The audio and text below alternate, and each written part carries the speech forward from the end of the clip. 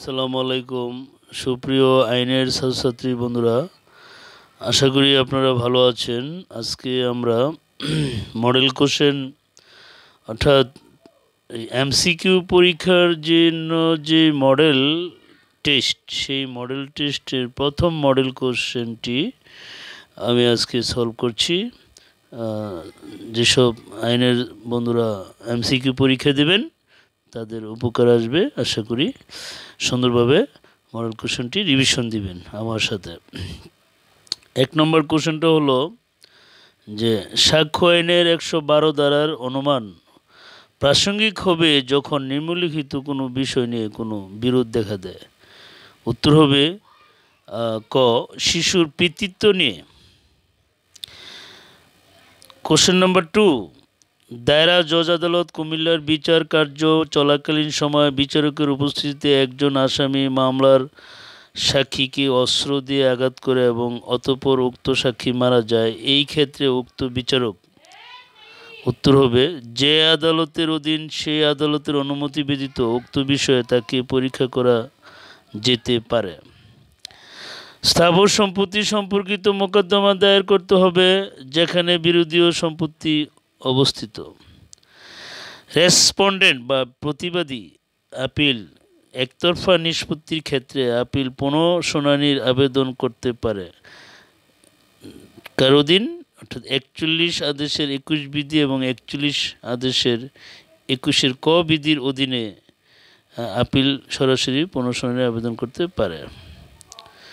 আচ্ছা, পুনঃশুনানির আবেদন একতরফা নিষ্পত্তির ক্ষেত্রে হলে 41 আদেশের 21 বিধি, আর আরেকটা বিষয় সরাসরি পুনঃশুনানির আবেদন করতে পারে হলো আপিল 41 আদেশের 21-এর ক বিধি। দুইটা উত্তর। আচ্ছা, 5 নং কোশ্চেন উত্তর হলো প্লিডিংস বলতে আর্জি বা লিখিত জবাব বোঝায়। দেওয়ানি কার্যবিধির কত আদেশে বলা হয়েছে? আদেশ 6 বিধি 1, অর্থাৎ 6 আদেশের 1 বিধি। তো বন্ধুরা, এ পর্যায়ে আমাদের কোশ্চেন নাম্বার 6 কি হলো? অর্থ পরিশোধের ডিক্রির ক্ষেত্রে আদালত নিম্নলিখিত কোন সময়ের জন্য শোধ প্রদানের আদেশ দিতে পারে? অর্থাৎ 3টা বিষয় আছে: মোকদ্দমার তারিখ, ডিক্রি তারিখ পর্যন্ত শোধ প্রদানের, অর্থাৎ ডিক্রি তারিখ হতে পরিশোধের তারিখ পর্যন্ত শোধ প্রদানের, মোকদ্দমা দায়েরের পূর্বকালীন সময়ের জন্য শোধ প্রদানের।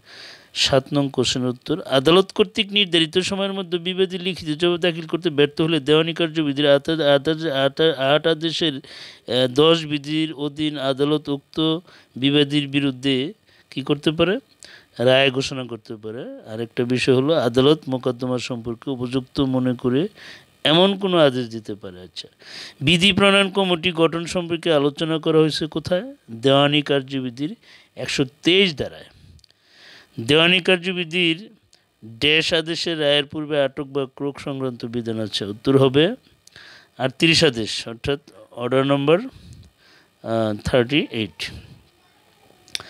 দেওয়ানি কার্যবিধি কোন ধারায় মানি সুট এর শোধ প্রদান সম্পর্কিত বিধান আছে? 34 ধারায়। প্রত্যেকটি প্লিডিংসে সত্যাখ্যান হতে হবে সংশ্লিষ্ট পক্ষ বা মোকদ্দমার বিষয়ের সাথে ওকিবহাল ব্যক্তি দ্বারা। দেওয়ানি কার্যবিধির 9 আদেশের 9-এর ক বিধির অধীন মোকদ্দমা খারিজ আদেশ সরাসরি বাতিলের সাথে আদালত বাদীকে সর্বোচ্চ কত টাকা খরচ প্রদানের আদেশ দিতে পারে? 1000 টাকা। যে পক্ষের আবেদনের ভিত্তিতে আদালত অন্তর্বর্তীকালীন বা অস্থায়ী নিষেধাজ্ঞা মঞ্জুর করেছিল মোকদ্দমা যদি উক্ত পক্ষের বিরুদ্ধে চূড়ান্তভাবে সিদ্ধান্ত গ্রহণ করা হয়, সেই ক্ষেত্রে অপর পক্ষের অনুকূলে অন্যান্য খরচের সাথে আদালত কত টাকা ক্ষতিপূরণমূলক খরচের আদেশ দিতে পারেন? 10,000 টাকা। বাদী মোকদ্দমা প্রত্যাহার করতে পারে দেওয়ানি কার্যবিধির 23 আদেশের অধীন। আপিল সরাসরি পুনঃশুনানির আবেদন গ্রহণ করার ক্ষেত্রে আদালত প্রতিবাদীকে 1.5 টাকা খরচ প্রদানের আদেশ দিতে পারেন, অর্থাৎ অনধিক 3,000 টাকা। আদেশ 41 বিধি হল 21-এর ক। আচ্ছা, নিম্নলিখিত কোন ক্ষেত্রে রিভিশন দায়ের করা যায়? যে ক্ষেত্রে আপিল এর বিধান থাকে না কিন্তু আইনগত ভুল থাকে, যা ন্যায় বিচার ব্যাহত হয়। এটা দ্বারা 115 কথা। আচ্ছা, এরপরে 17 নম্বর, তদবিরের অভাবে মোকদ্দমা খারিজ হলে খারিজ আদেশ সরাসরি বাতিলের আদেশ আবেদন করা যায়। আদেশ নয়, বিধি নয়ের ক। জেলা জজ বা অতিরিক্ত জেলা জজের আপিল এখতিয়ার বলে প্রচারিত ডিক্রির বিরুদ্ধে প্রতিকার কি? রিভিশন। দেওয়ানি কার্যবিধি 17 আদেশের অধীন মোকদ্দমা কার্যক্রম পুনরুজ্জীবিত বা পুনরুদ্ধারের আবেদন করতে হবে অনধিক দিনের মধ্যে, অর্থাৎ 30 দিনের মধ্যে। আদেশ 17। দেওয়ানি কার্যবিধির 22 আদেশের অধীনে নিম্নলিখিত কোন কারণে মোকদ্দমা বাতিল হতে পারে? দুইটা বিষয়, একটা হলো বাদী মারা গেলে এবং 90 দিনের মধ্যে পক্ষভুক্তি আবেদন না করলে। খ নম্বর হলো বাদী বা বিবাদী মারা গেলে এবং মামলা করার অধিকার বিদ্যমান না থাকলে। সাক্ষ্য আইনের নিজের সাক্ষীকে প্রশ্ন করা যায় 154 দ্বারা, যেটাকে বলা হয় বরি সাক্ষ্য। একজন দুষ্কর্মের সহযোগী অন্য একজন অভিযুক্ত ব্যক্তির বিরুদ্ধে যোগ্য সাক্ষী হবে। ধারা নম্বর হলো 133। আগুন দিয়ে নুসরাতকে হত্যা করা নুসরাত মৃত্যুর পূর্বে ডাক্তারের নিকট তার মৃত্যুর কারণ ও ঘটনার বিবরণ উল্লেখ করে বিবৃতি দিয়েছে। এমন বিবৃতি সাক্ষ্য আইনের 32 দ্বারায় মৃত্যুকালীন ঘোষণা হিসেবে প্রাসঙ্গিক হবে। অর্থাৎ ধারা নম্বর 32 মৃত্যুকালীন ঘোষণা। আচ্ছা, বিষয়বস্তুর দিক হতে নিম্নলিখিত কোনটি সঠিকভাবে মিলেছে? অর্থাৎ এখানে পাবলিক ডকুমেন্টস হলো 74 দ্বারায় কথা বলা হয়েছে, এটাই। অন্যান্য সকল দলিল বেসরকারি দলিল সাক্ষ্য আইনের কত দ্বারায় বলা হয়েছে? বেসরকারি দলিল অর্থাৎ 75 দ্বারা, সরকারি হলো 74। মৃত্যুকালীন ঘোষণা সাক্ষ্য হিসেবে গ্রহণযোগ্য হতে নিম্নলিখিত কোন শর্তটি প্রয়োজনীয় না? মানে অনেকগুলো শর্ত আছে, তার মধ্যে যেটা না সেটা হলো যে ব্যক্তি মৃত্যুকালীন ঘোষণা দিয়ে সে মৃত্যু প্রত্যাশী ছিল। ধারা নম্বর 32-এর কথা। নিম্নলিখিত কোন বক্তব্যটি সঠিক? জেরার ইঙ্গিতবাহী প্রশ্ন করা যেতে পারে। ধারা নম্বর 143। এরপরে আস্তে আস্তে হলো সাক্ষ্য আইনের 63 দ্বারায় কয় প্রকার দলিলকে মাধ্যমিক সাক্ষ্য হিসেবে অন্তর্ভুক্ত করা হয়েছে? 5 শ্রেণীর। ধারা নম্বর 63। আছে সাক্ষ্য আইনের 3 দ্বারায় নিম্নলিখিত কোন ধরনের সাক্ষ্যের সংজ্ঞা আছে? মৌখিক সাক্ষ্য এবং দালিলিক সাক্ষ্য। ধারা নম্বর 3। সাক্ষ্য আইনের 90 ধারার বিষয়বস্তু কি? 30 বছরের পুরাতন দলিল সম্পর্কে অনুমান। ধারা নম্বর 90। 7 বছর যাবৎ নিখোঁজ ব্যক্তি যে জীবিত আছে সেটা প্রমাণের দায়ভার কোন ব্যক্তির উপর বর্তায়? যে ব্যক্তি দাবি করে যে সে উক্ত ব্যক্তি জীবিত আছে। ধারা নম্বর 108। অর্থাৎ জীবিত নিখোঁজ ব্যক্তি হলো ধারা নম্বর 108। ক চুরির দায়ে খকে ফৌজদারিতে সোপর্দ করে। ক আদালতে বিশ্বাস করাতে চায় খ চুরির কথা গ এর নিকট স্বীকার করেছিল। স্বীকৃতি বিষয়টি প্রমাণের দায়ভার হতে পারে কত দ্বারায়? অর্থাৎ সাক্ষ্য আইনের 103 ধারা অনুযায়ী প্রমাণের ভার কয়ের উপর বর্তাবে। আচ্ছা, গকে হত্যার জন্য কয়ের বিচার চলছে। সাক্ষ্য আইনে দেখা যাচ্ছে যে ক এবং খ কর্তৃক গকে হত্যা করা হয়েছে এবং খ বলেছে যে ক এবং আমি গকে হত্যা করেছিলাম। এই ক্ষেত্রে ক্ষয়ের বক্তব্য কয়ের বিরুদ্ধে। যেহেতু ক ও ক্ষয়ের যৌথ বিচার হচ্ছে না, সেহেতু সাক্ষ্য হিসেবে কয়ের বিরুদ্ধে আদালত বিবেচনা নাও নিতে পারে। সাক্ষ্য আইনের 45 ধারার কয়টি ক্ষেত্রে বিচারকদের সাক্ষ্য প্রাসঙ্গিক করা হয়েছে? 5টি ক্ষেত্রে। নালিশ বা কমপ্লেন্ট অর্থ হলো অর্থাৎ ম্যাজিস্ট্রেটের নিকট মৌখিক বা লিখিত অভিযোগ। 4-1 দ। ক যাবজ্জীবন কারাদণ্ড অপরাধে অভিযুক্ত এবং তাকে জেলে আটক রাখা হয়েছে, সে ফৌজদারি কার্যবিধির 167-5 ধারা অনুসারে জামিন পাওয়ার অধিকারী হবে যদি 120 দিনের অতিবাহিত হওয়ার পর এবং তদন্ত সমাপ্ত না হলে। মিথ্যা, তুচ্ছ অথবা বিরক্তিকর অভিযোগ দায়ের সম্পর্কিত বিধান করা হয়েছে ফৌজদারি কার্যবিধির 250 ধারায়। নিম্নলিখিত ক্ষেত্রে আপিল চলে না, অর্থাৎ আসামি দোষ স্বীকার, দায়রা আদালতে অনধিক 1 বছরের কারাদণ্ড দিলে, সংক্ষিপ্ত পদ্ধতিতে ম্যাজিস্ট্রেট অনধিক 200 টাকা জরিমানা করলে, এগুলোর ক্ষেত্রে আপিল চলবে না।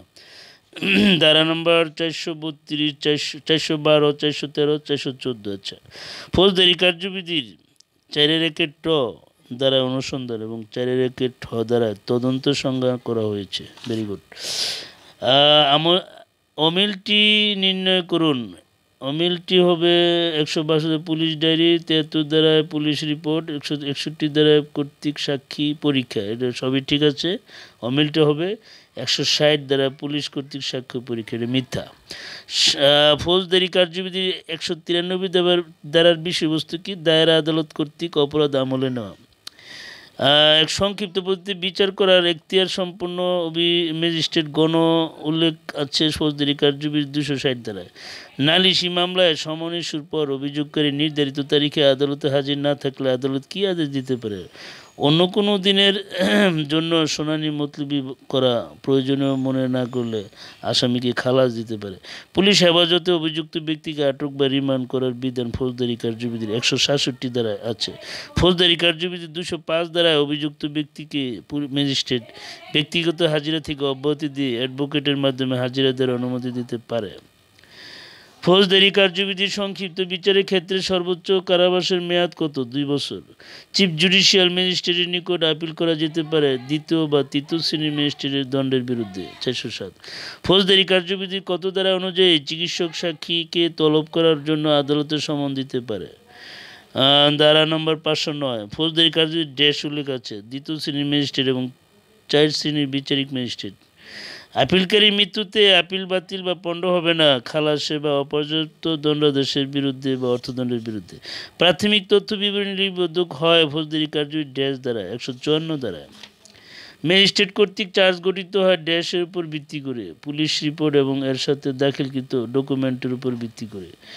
ফৌজদারি কার্যবিধি ২৯C দ্বারা বলে বিশেষভাবে ক্ষমতাপ্রাপ্ত মেট্রোপলিটন বা প্রথম শ্রেণীর ম্যাজিস্ট্রেট অনধিক ১০ বছরের কারাদণ্ডযোগ্য অপরাধী বিচার করতে পারে, কিন্তু ৭ বছরের অধিক কারাদণ্ড দিতে পারে না। অর্থদণ্ড আদায়ের জন্য ওয়ারেন্ট ইস্যু করতে পারে শাস্তি প্রদানকারী আদালত। আচ্ছা, দণ্ডবিধির ৩৬৩ ধারায় অপহরণের বা বাংলাদেশ হতে মনুষ্য হরণ এবং আইনানুগ অভিভাবক হতে মনুষ্যহরণ শাস্তি হতে পারে অর্থদণ্ড সহ যে কোনো বর্ণনার কারাবাস বা ৭ বছর পর্যন্ত হতে পারে। দণ্ডবিধির ড্যাশ দ্বারায় অর্থাৎ ১৪৩ ধারায় বেআইনি সমাবেশ এবং ১৪৭ ধারায় দাঙ্গার শাস্তির উল্লেখ করা আছে। অর্থাৎ বেআইনি সমাবেশের শাস্তি হলো ১৪৩ আর ১৪৭ হলো দাঙ্গা শাস্তি। ক্ষতি করার উদ্দেশ্যে ফৌজদারি মামলা দায়েরের দণ্ডবিধি কোন দ্বারা শাস্তিযোগ্য অপরাধ? ২১১ ধারায়। সরকারি কর্মচারীকে তার কর্তব্য পালনে বাধা প্রদানের নিমিত্তে আক্রমণ বা অপরাধমূলক বল প্রয়োগ অপরাধের শাস্তি কত? ৩ বছর, যে কোনো বর্ণনা কারাদণ্ড অথবা অর্থদণ্ড বা উভয়। ধারা নম্বর ৩৫৩। দণ্ডনীয় নরহত্যা সংগ্রহের প্রচেষ্টা বা উদ্যোগ দণ্ডবিধি কত ধারায় অপরাধ? ৩০৮ ধারায়। সকল দস্যুতায় চুরি বা বলপূর্বক গ্রহণ থাকে। নিম্নলিখিত কোন ধারায় রাষ্ট্রপতির ক্ষমা প্রদর্শনের অধিকার সংরক্ষণ করা হয়েছে? ৫৫ ক। প একজন গুদামরক্ষক ম ভ্রমণের যাবার সময় এই শর্তে তার আসবাবপত্র নিকট গচ্ছিত রাখে যে গুদাম রক্ষা বাবদ চুক্তিকৃত অর্থ প্রদান করা হলে সেটা প্রত্যাপন করা হবে। প অসাধুভাবে উক্ত মালসমূহ নিজ ব্যবহার পরিণত করে প দণ্ডবিধির ৪০৫ ধারায় অপরাধমূলক বিশ্বাসভঙ্গের অপরাধ করেছে। দণ্ডবিধি ৩৭৮ ধারায় কয়টি ব্যাখ্যা আছে?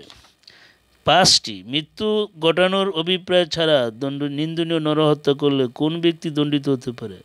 ১০ বছর পর্যন্ত যে কোনো বর্ণনা কারাদণ্ড বা অর্থদণ্ড বা উভয়দণ্ড।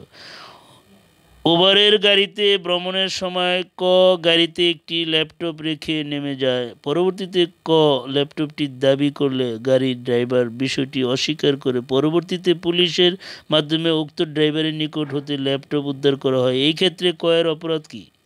অসাধুভাবে সম্পত্তি আত্মসাৎ। ক একটি বিল অফ এক্সচেঞ্জ বা বিনিময় বিলে তার নিজের নাম স্বাক্ষর করে এ অভিপ্রায়ে যে উক্ত এই নামে বিলটি অন্য কোনো ব্যক্তি কর্তৃক তুলেছে। এই ক্ষেত্রে ক জালিয়াতি করেছে বলে গণ্য হবে। প্রত্যেক ব্যক্তি আত্মরক্ষার অধিকার আছে ৯৯ ধারায় উল্লিখিত নানা বাধা নিষেধ সাপেক্ষে। অর্থাৎ এটা হলো ধারা নম্বর ৯৭, কিন্তু আত্মরক্ষার অধিকার আছে হলো ধারা নম্বর ৯৯। আচ্ছা, নিম্নলিখিত কোন ধারায় অপরাধটি ফৌজদারি আদালত কর্তৃক বিচারযোগ্য না?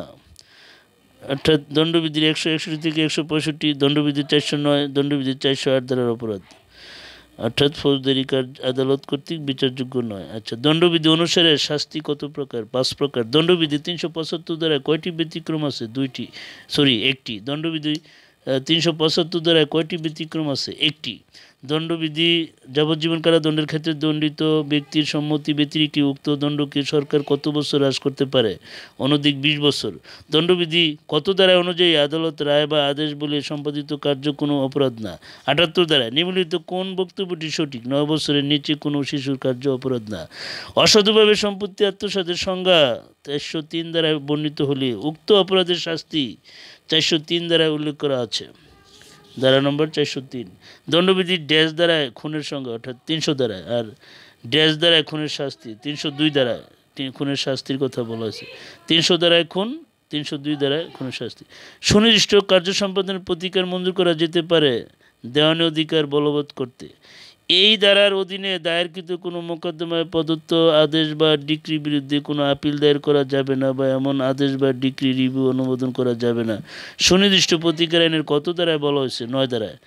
শুধুমাত্র দণ্ডমূলক আইন বলবৎকরণের উদ্দেশ্যে সুনির্দিষ্ট প্রতিকার মঞ্জুর করা যায় না। সুনির্দিষ্ট প্রতিকার আইনের কোন ধারায় বিধান? 7 ধারায়। রিসিভার নিয়োগ সুনির্দিষ্ট প্রতিকার আইনের কত ধারায় বিধান? 44 ধারা। অস্থায়ী নিষেধাজ্ঞা মঞ্জুর করা হয় মোকদ্দমা বিচারাধীন পর্যায়ে। নিম্নলিখিত কোন ক্ষেত্রে স্থায়ী নিষেধাজ্ঞা মঞ্জুর করা যায় না?